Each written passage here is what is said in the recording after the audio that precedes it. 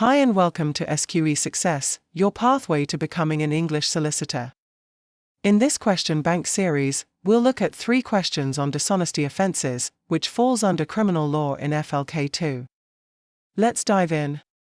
Here's the first question we tackle today. While on holiday at a caravan park, a man spends the evening at the on-site bar. On his way back to his own caravan, he notices another caravan with an open window. Peering in, he sees a mobile phone resting on the window ledge. Without stepping inside, he leans through the window, stretches out his arm, and takes the phone. He then walks back to his caravan. At no point does the man enter the other caravan with his whole body, only his arm reaches through the window. He did not force the window open. Which of the following best describes whether the man is guilty of burglary? A. The man is not guilty of burglary because he has not fully entered the caravan. B. The man is guilty of burglary because he has entered the caravan as a trespasser and stolen the phone. C. The man is not guilty of burglary because the caravan is not considered to be a building. D. The man is not guilty of burglary because the caravan is not a permanent home.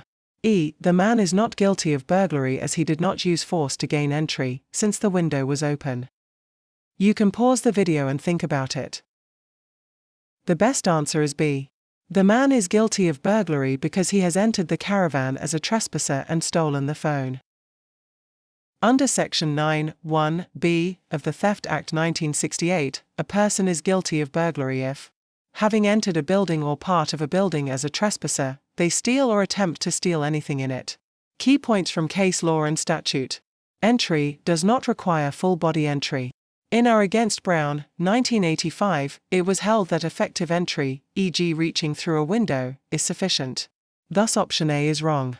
A caravan is considered a building or dwelling if it is used for habitation, even temporarily, see R against Coleman, 2013. Thus options C and D are wrong. The lack of force is irrelevant, entry need not be forced for burglary to occur. The man entered as a trespasser, committed theft, and thus satisfies all elements of burglary. Option E is therefore wrong. Let's look at another question very similar to the first question. Late at night, a man walking home from the pub sees a taxi parked outside a house. The driver has stepped out briefly to deliver something to a neighbor. The passenger door is unlocked, and the man notices a smartphone on the front seat. He quickly opens the door, leans inside, and grabs the phone. He then closes the door and walks away. He is later identified on CCTV and arrested. Did you see the difference between this scenario and the previous one? Although both cases involve a person reaching into a space to steal a mobile phone, the legal classification of the crime differs due to the nature of the location and the method of entry. In the first case, the man reaches his arm through an open window of a caravan, which is considered a dwelling or building under the Theft Act 1968. Even though his whole body does not enter, the courts have ruled that partial entry, such as an arm, is sufficient to constitute entry as a trespasser. Since he entered a building and committed theft, this falls under burglary as defined in Section 9(1)(b) of the Theft Act 1968. In contrast, the second case involves a man opening the unlocked door of a taxi and leaning inside to take a phone. While this is undoubtedly dishonest appropriation of property, the taxi is not considered a building or dwelling, and therefore there is no entry into a structure as required for burglary. As a result, the appropriate charge in this case is theft, not burglary. The key legal difference lies in the type of structure entered and whether the entry meets the legal threshold for burglary. Let's look at the third question. A man broke into a locked shipping container located on a construction site in order to steal tools stored inside. The container had been placed on the site over a year ago, was connected to electricity, and was used daily by site workers as a secure storage unit. The man entered through a forced door and took several power tools before fleeing the site. He was later apprehended and charged with burglary under Section 9 of the Theft Act 1968. His defense argues that the container is not a building, so the burglary offense does not apply. What do you think about this defense? Which of the following will you choose when you face this question in SQE1? A. The man is not guilty of burglary because the container is not a building and therefore cannot be burgled. B. The man is guilty of burglary because the container qualifies as a building due to its permanence and use.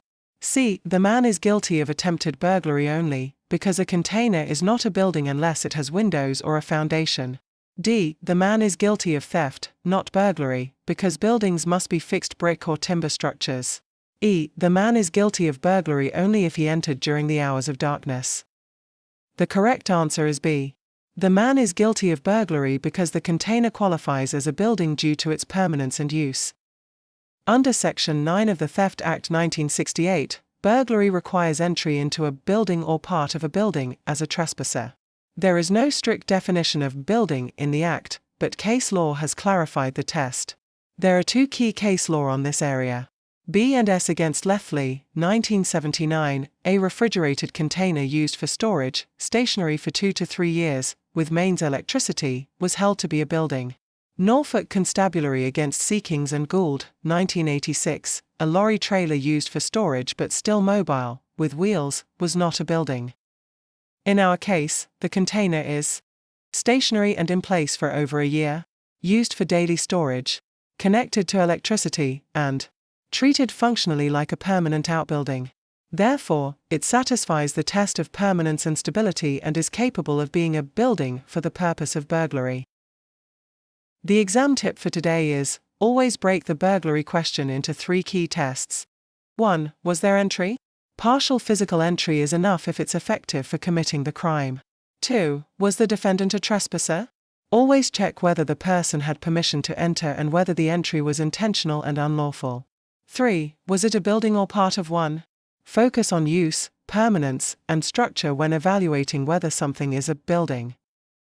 Want to unlock the secrets to passing the SQE with confidence? I'm giving away my exclusive ebook, SQE Success Secrets, absolutely free. Inside, you'll discover proven tips, powerful study strategies, and real insights from my personal journey, including how I passed SQE1 on my first attempt with a top-tier result. Click the link below this video to grab your free copy and start your path to SQE Success today. Let's turn your ambition into qualification. Subscribe now to SQE Success and start your great SQE journey with confidence.